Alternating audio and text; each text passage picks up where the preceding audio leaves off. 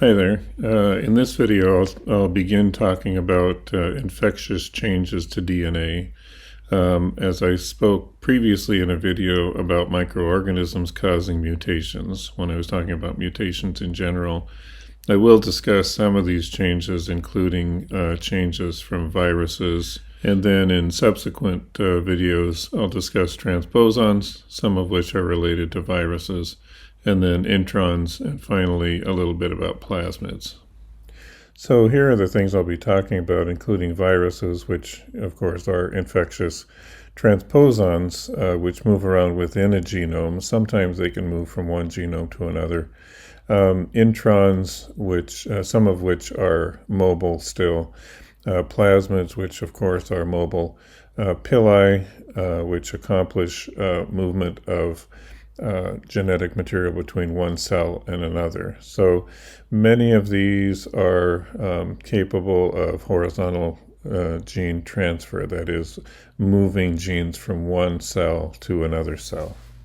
For these gene transfers, they can be either intergenomic or intragenomic. And if you look on the upper right, then you can get gene sequences moved from one cell of species 1 into a different cell of species 1. And this is accomplished usually by pili, plasmids, or viruses, but occasionally by some introns and transposons. Intragenomic is when you have horizontal gene transfer, that is, transfer of the genetic elements from one species into a cell of a different species, and that's done usually by plasmids or viruses. On the lower left, you can also have sequences moving around within a genome, either from one gene into a different location of the same gene, or from one gene into another gene, and this is usually done by plasmids, some introns, viruses, and especially by transposons.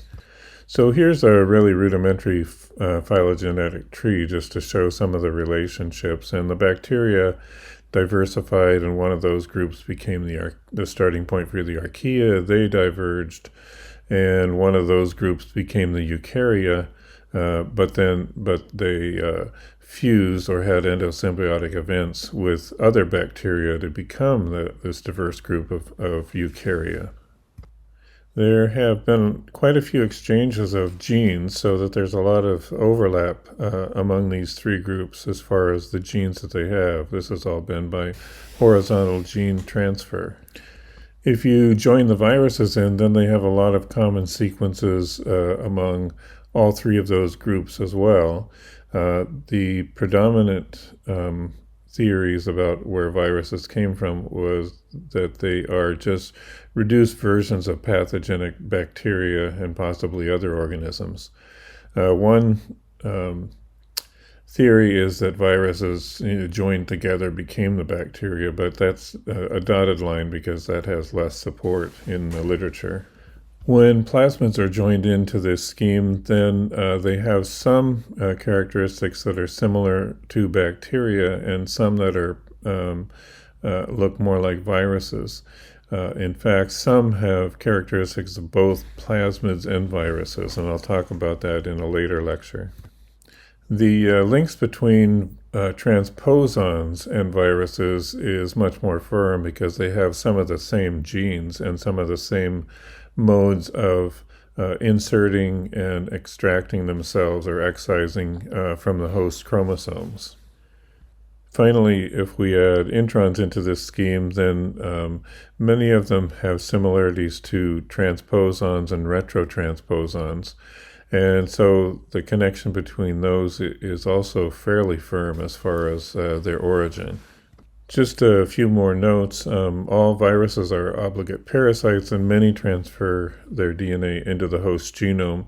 And this includes some viruses that cause cancers, as well as some that cause plant tumors and others.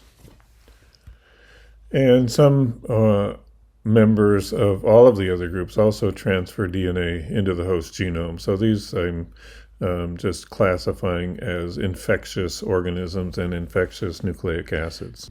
Here are some examples of viruses, which are essentially infectious nucleic acids. On the left-hand side are naked viruses, that is, they don't have any membrane surrounding them, just the viral proteins protecting the nucleic acids inside. You have both the icosahedral and icosahedral with a head and a tail, and the tail is mainly for injecting the nucleic acids into the bacterium. Tabemoviruses are plant viruses. They're RNA viruses, single-stranded with a protein coat around. And that protein coat actually protects pretty well because these can survive a burning cigarette or cigar or any tobacco and still are infectious. And then the archaeal viruses down below are sort of strange looking, and they were just discovered 15 or 20 years ago for the first time. On the right-hand side are enveloped viruses, that is, they carry along with them part of the host membrane, and then they have viral proteins sticking out of the host membrane. And these include things like herpes simplex, influenza A, paramyxoviruses, and smallpox. The influenza A has 8 RNA chromosomes, so not only one chromosome, but 8 of them, all carrying at least one or more genes on each of the chromosomes. You can see the smallpox virus is fairly complex. It's a DNA virus and has been eradicated from the human population, so we hope that one doesn't come back. Bacterial viruses are either RNA viruses or DNA viruses, and the RNA viruses can be either single-stranded or double-stranded, and also the DNA viruses can be either single-stranded or double-stranded. That is what they carry in their capsids. So they first inject, the RNA viruses first inject their RNA into the cell. They then also carry along with them an RNA-dependent RNA polymerase, RDRP. They make viral proteins from the mRNA. If they're single-stranded plus strands, they need to make a plus strand from the minus strand. If they're double strand, they just make a double-stranded virus particle or nucleic acid, which is then encapsulated into the virus particles that have been formed, and then finally lyse the cell. For DNA viruses, they can use the double-stranded DNA or single-stranded DNA to make an mRNA copy through transcription, double-stranded copies through replication, or if in the double-stranded form, they can become lysogenic. That is, they can integrate the DNA into the host chromosome. This doesn't happen with all viruses, but happens with many of them. They can then transcribe directly from the lysogen, mainly to maintain the lysogenic state. At one point in time, then, if the virus or the bacterium is in some sort of stress mode, they will often pop out of the genome and then start into the lytic phase. And the lytic phase for all the DNA viruses is just to form more virus particles by making viral proteins, replicating their chromosomes, encapsulating those chromosomes, and then lysing the cell.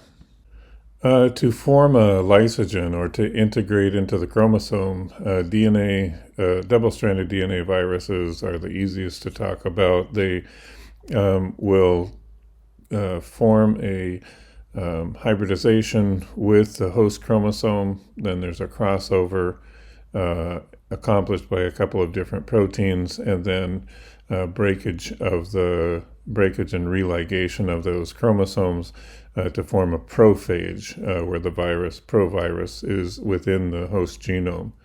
For RNA viruses, they have to go through an extra step, and that is by using their reverse transcriptase. They can make a double-stranded DNA from that and integrate, although some of the viruses actually integrate as an RNA, and then the host systems will then make a DNA copy of that right in the chromosome and integrate that way. When they excise, sometimes they don't do that perfectly, and they leave a bit of an extra piece of the DNA in the chromosome, and this can sometimes cause mutation of the host genes. Here is a specific example of bacteriophage lambda, which is a double-stranded DNA virus. Here's the genome. It's about 48.5 kilobases in length. Has COS sites on the end, which are cohesive ends. These are self-complementary, so you can circularize the chromosome, and they bind.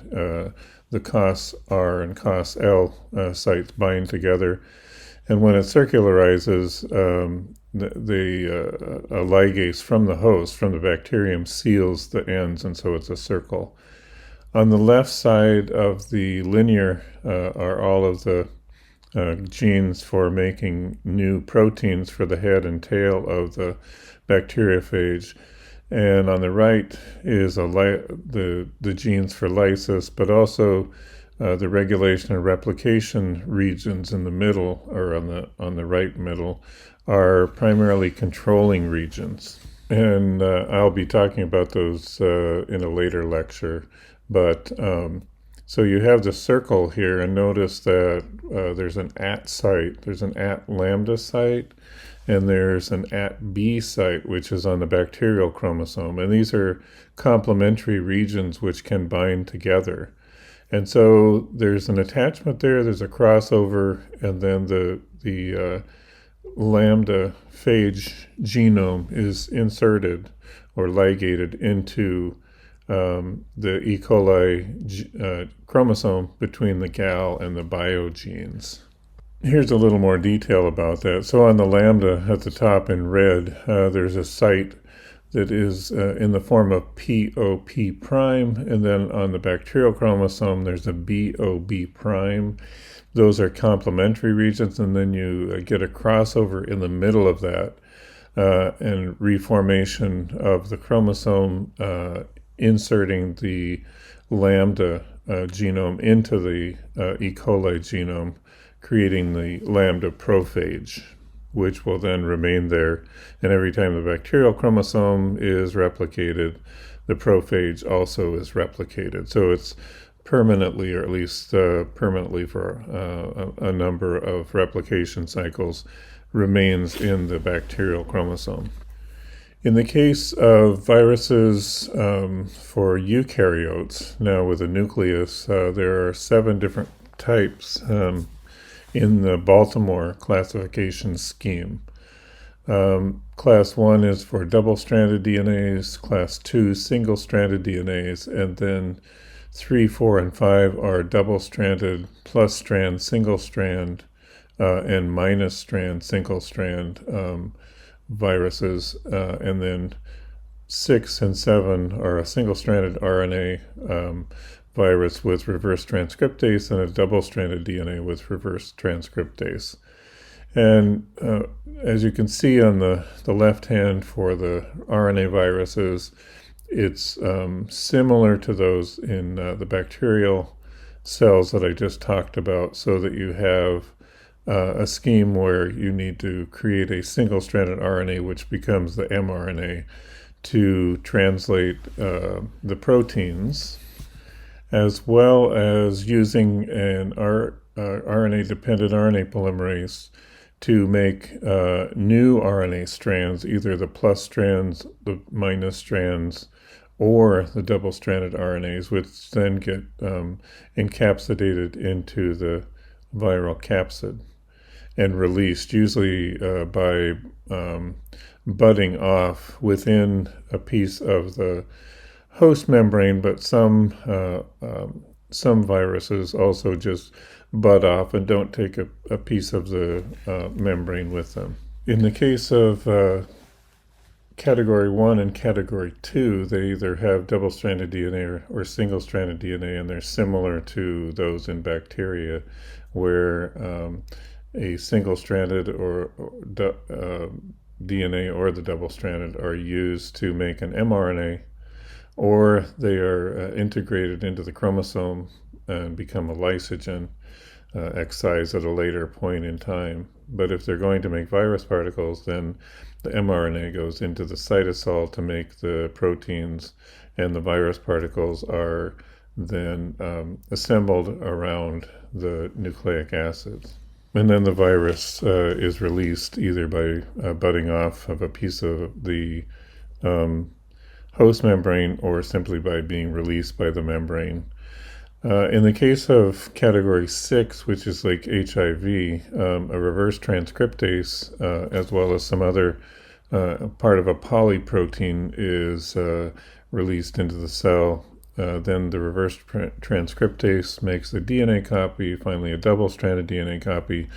This can then integrate into the chromosome or immediately start making mRNAs, the single-stranded RNAs, and out in the cytosol make the viral proteins, including the polyprotein that includes the reverse transcriptase.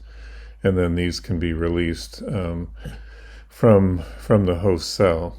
In the case of category 7, they carry double-stranded DNA, but with a reverse transcriptase, and actually make the genomic DNA that winds up in the virus particle by using the reverse transcriptase. So here are some details about HIV, category 6 in the Baltimore scheme.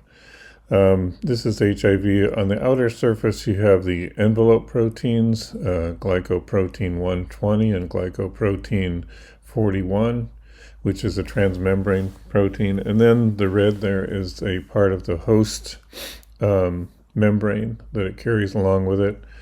Inside of that is a matrix protein surrounding the capsid protein, and then inside of that are 2 copies of the genome, the RNA, a single-stranded RNA, as well as a polyprotein, which contains, part of it is the protease, and then reverse transcriptase, RNase H, and integrase.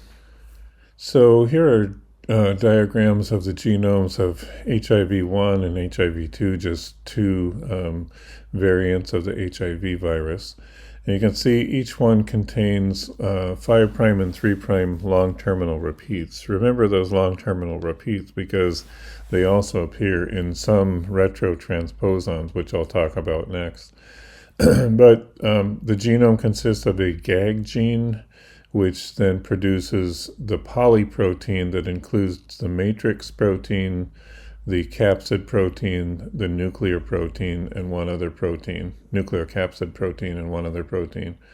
And then a pol gene that makes a polyprotein, which contains the protease, the reverse transcriptase, and the integrase, which I'd already talked about. And then there's the ENV gene, which encodes for the surface proteins, both the surface protein and the transmembrane protein.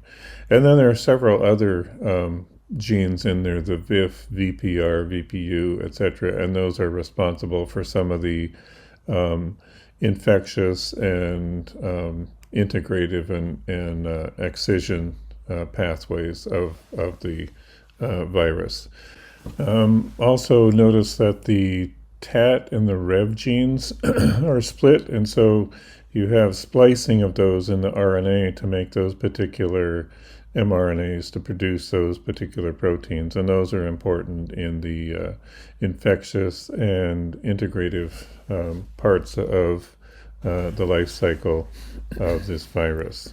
So previously I did mention alternative splicing. So this is sort of like what the TAT and REV genes are doing, but this is more detail into some mRNA genes among different other organisms.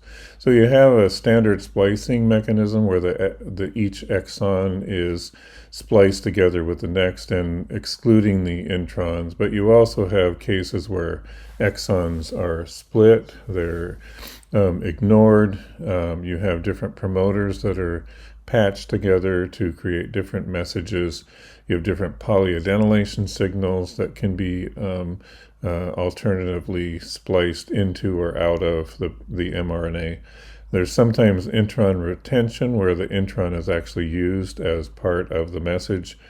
and then there are times when parts of the intron are split, and also parts of the exons are spliced in or out. So it sort of is a crossing point between what is really an exon and what's really an intron, depending on how these things are spliced. As a part of showing you how the reverse transcriptases, as well as some other proteins and genes, cross over into one or another type of genetic mobile element or infectious element, I just wanted to go through a bit of the evolutionary history of some of these reverse transcriptases as well as telomerases. So, as you know, reverse transcriptases are RNA-dependent DNA polymerases, but they're also related to RNA-dependent RNA polymerases. So this is a phylogenetic tree that is rooted in RNA-dependent RNA polymerases, but then it shows all of the DNA-dependent or the RNA-dependent DNA polymerases. And that includes HepaDNA viruses here, retroviruses, chylomyviruses, which are in plants, long terminal repeat retrotransposons, non-LTR retrotransposons, mitochondrial retrotransposons, group 2 introns, as well as telomerases going around the circle there. And this shows the commonality in the proteins of 8 different regions of those proteins. Most contain only 7 of the sections, except for the telomerases, which have an extra section at their amino ends. And so if you look at all of these, you can see that the HIV, which is over on the right, the retroviruses, have a very compact structure as far as their genes and their proteins, and then going all the way around to the LTR retrotransposons, which are found in a lot of arthropod species, including Drosophila, and then the non-LTR retrotransposons, which include the line elements or line-like elements, long interspersed nuclear elements. And those, we have a lot of those in our genome, in human genome. We also have signs, which are another type of, instead of being long, they're short, so they're SINE. And then the mitochondrial retrotransposons, group 2 introns, have these reverse transcriptases, and finally, in your cells, you have telomerases, as do all eukaryotic systems. So the primary reason for showing this is just to show that you have a wide variety of these reverse transcriptases that originated from a single group of reverse transcriptases that came out of the RNA-dependent RNA polymerases. They're in animals, they're in plants, they're in mitochondria, they're in viruses, and so quite a common origin for all of these now slightly different reverse transcriptases. Here is a comparison of each of those sections that came out of a paper a few years ago anyway. And so at the bottom you can see the retroviruses like HIV, and then the next section up you can see chylomyviruses, which are plant viruses, and they only infect plants, so those have been transferred somehow into plants. And then you have the LTR retrotransposons in arthropods, HepaDNA viruses, non-LTR retrotransposons such as in us, group 2 introns, which you find a lot in mitochondria as well. And just above that you see some other mitochondrial elements, including one called a plasmid. So you have plasmids and virus-like elements and introns all having these reverse transcriptases. And then finally the telomerases up above, which are in eukaryotic systems on long linear chromosomes.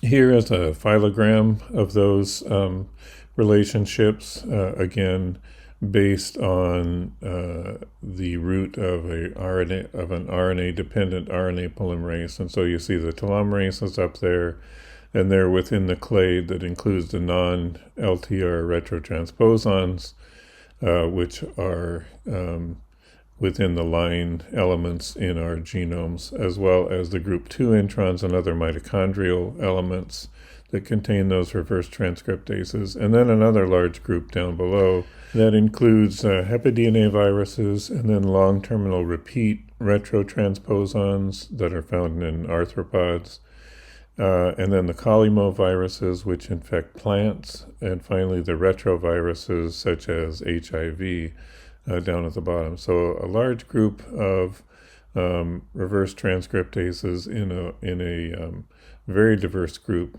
of organisms and viruses. So this is the end of the first part of this discussion of infectious changes and other changes to DNA. And in the next section, I'll talk about transposons and introns in more detail. Thanks.